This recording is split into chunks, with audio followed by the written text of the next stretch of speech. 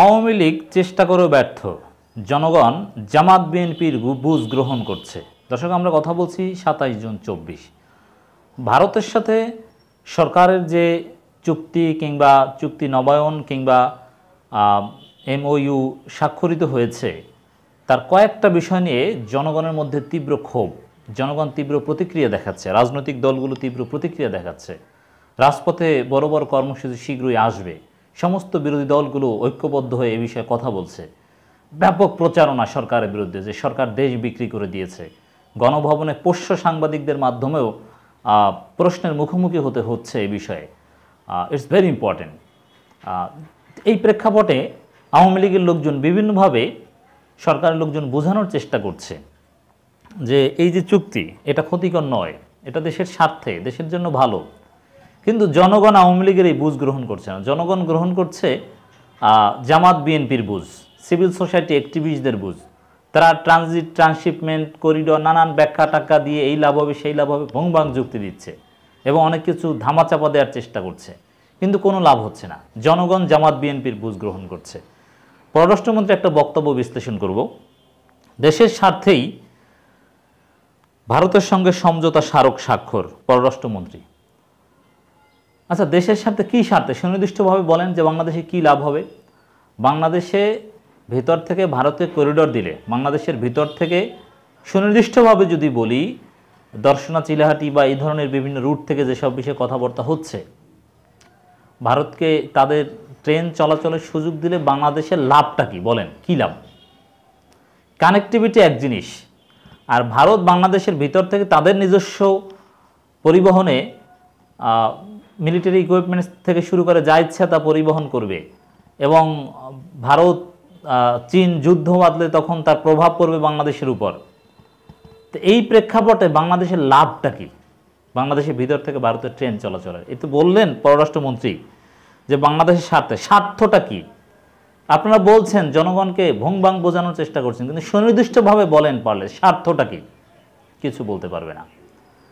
নামমাত্র মূল্যে ট্রানজিট দিয়েছেন, লাভ হচ্ছে ট্রান্সশিপমেন্টে, তাও চড়া মূল্য নিতে হবে, কিন্তু তাও নিচ্ছে না। ফ্রি অনেকটা দিয়ে দিচ্ছে, যা চায় দিয়ে দিচ্ছে, অথচ বাংলাদেশকে কিছুই দিচ্ছে না। বাংলাদেশের কী লাভ? বাংলাদেশ কি তিস্তার পানি পাচ্ছে না গঙ্গার পানি পাচ্ছে? কিছুই তো পাচ্ছে না। তাহলে বাংলাদেশের লাভটা কি? আপনি যে বললেন যে বাংলাদেশের স্বার্থে ভারতের সঙ্গে সমঝোতা, কী স্বার্থ? What are this interest? কিচ্ছু বলতে পারবেন না, শুধু কমন মুখস্থ কথা তোতা পাখির মতো যে বাংলাদেশের স্বার্থে, বাংলাদেশের স্বার্থে। কী স্বার্থ? তার কোনো জবাব আপনাদের কাছে নেই। তো দর্শক, বুঝতে পারছেন সরকারের চালাকি, বাটবাড়ি, প্রতারণা, জনগণের সাথে কিভাবে প্রতারণা করছে। কিন্তু মজার বিষয় যে জনগণ কেউ আওয়ামী লীগের এই প্রচারণা বিশ্বাস করে না যে বাংলাদেশের স্বার্থে বাংলাদেশের ভিতর থেকে ভারতের রেল চলবে, অমুক তমুক, এগুলো কেউ বিশ্বাস করছে না। আওয়ামী লীগের লোকজন বিশ্বাস করেন না, তারাও মনে মনে হাসে যে আসলে এটা তো কী কারণে দেওয়া হয়েছে তা তো আমরা বুঝি, যাক তারপর আমরা ক্ষমতায় তো থাকতে পারবো, কি হয় এটা পরের বিষয়, কিন্তু এত সহজ নয়। আপনারা বাংলাদেশের ভেতর থেকে ভারতকে ট্রেন চলাচলের অনুমতি দেবে না, সে ট্রেন চলতে পারবে, এত সহজ নয়।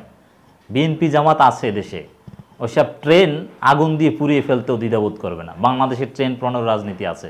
পিনাকি ভট্টাচার্য এই বিষয়ে একটা চমৎকার বক্তব্য দিয়েছেন, আপনারা শুনবেন। হুমকিমূলক বক্তব্য যে বাংলাদেশের ভিতর থেকে ভারতের ট্রেন চলবে, ওই ট্রেনের রেল লাইনের রাস্তা উপরে জনগণ ফেলে দিবে। বাংলাদেশের স্বাধীনতা সার্বভৌমত্বের জন্য বাংলাদেশের জনগণ যে কিছু করতে পারে। পররাষ্ট্রমন্ত্রীর এই মিথ্যা বক্তব্যটা একটু দেখি, প্রতারণামূলক বক্তব্যটা একটু দেখি। পররাষ্ট্রমন্ত্রী আওয়ামী লীগের যুগ্ম সাধারণ সম্পাদক ডক্টর হাসান মাহমুদ বলেছেন, বাংলাদেশের স্বার্থে ও স্বার্থ সংরক্ষণ করেই ভারতের সঙ্গে নতুন নতুন সমঝোতা স্মারক স্বাক্ষর ও পুরনো সমঝোতা স্মারক নবায়ন করেছে সরকার। এছাড়া তিনি আরও বলেন, সদ্যসমাপ্ত ভারত সফর নিয়ে বিএনপির বিরূপ মন্তব্য বিষয়ক প্রশ্ন উত্তর তিনি কথা বলেন। মন্ত্রী বলেন, বিএনপি চুক্তি ও সমঝোতা স্মারকের পার্থক্য না বুঝে না পড়েই মন্তব্য করেছে। তা আপনি একটু বুঝান, বিএনপি তো বুঝে না, পড়ে নাই, আপনারা বুঝান না। আপনারা তো স্পেসিফিক কিছু বলছেন না, কিছু কমন মুখস্থ কথা বলছেন যেটা সুনির্দিষ্ট না।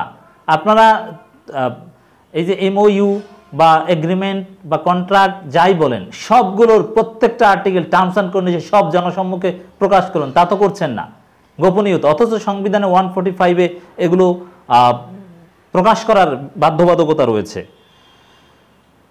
এ সময় কানেক্টিভিটি নিয়ে প্রশ্নের জবাবে পররাষ্ট্রমন্ত্রী বলেন, ভারত, নেপাল, ভুটান সহ আঞ্চলিক রেল ও সড়ক যোগাযোগ উন্নয়নের কাজ করছে সরকার। কানেক্টিভিটি সবসময় পজিটিভ।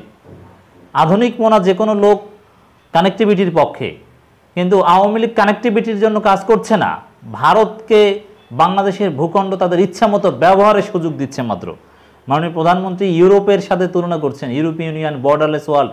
সেই বাস্তবতা আর বাংলাদেশে এই বাস্তবতা এক নয়। সেখানে রেসিপ্রোসিটি আছে, পারস্পরিক শ্রদ্ধাবোধ, সম্মান আছে। আর সেখানে এরকম কনফ্লিকচুয়াল জোন নয় যে ভারত চীনের মধ্যে যুদ্ধ বাঁচতে পারে। তাদের নিজস্ব সিকিউরিটি থ্রেট আছে, চিকেন নেক বা ইত্যাদি নানান বিষয় আছে। এরকম তো বিষয় নয় সেভেন সিস্টার্সের সিকিউরিটি বাংলাদেশ অংশ থেকে নিশ্চিত করা হচ্ছে না, এরকম কোনো বিষয় তো ইউরোপীয় ইউনিয়নে নেই। এই দুটোর সাথে তুলনা করছেন কেন? এটা ইউরোপিয়ান বা উন্নত দেশের কানেক্টিভিটি আর বাংলাদেশের এই ঘটনা এক নয়, এটা বুঝতে হবে। আরও নানান বিষয়ে পররাষ্ট্রমন্ত্রী কথা বলছেন। মূল কথা হচ্ছে বিভিন্নভাবে বোঝানোর চেষ্টা করছে জনগণকে, কিন্তু এসব বুঝ জনগণ গ্রহণ করছে না। বাংলাদেশের জনগণ মনে করছে যে বাংলাদেশকে বিক্রি করে দিচ্ছে ভারত। অতএব যতই বোঝানোর চেষ্টা করুন এতে কোনো লাভ নেই।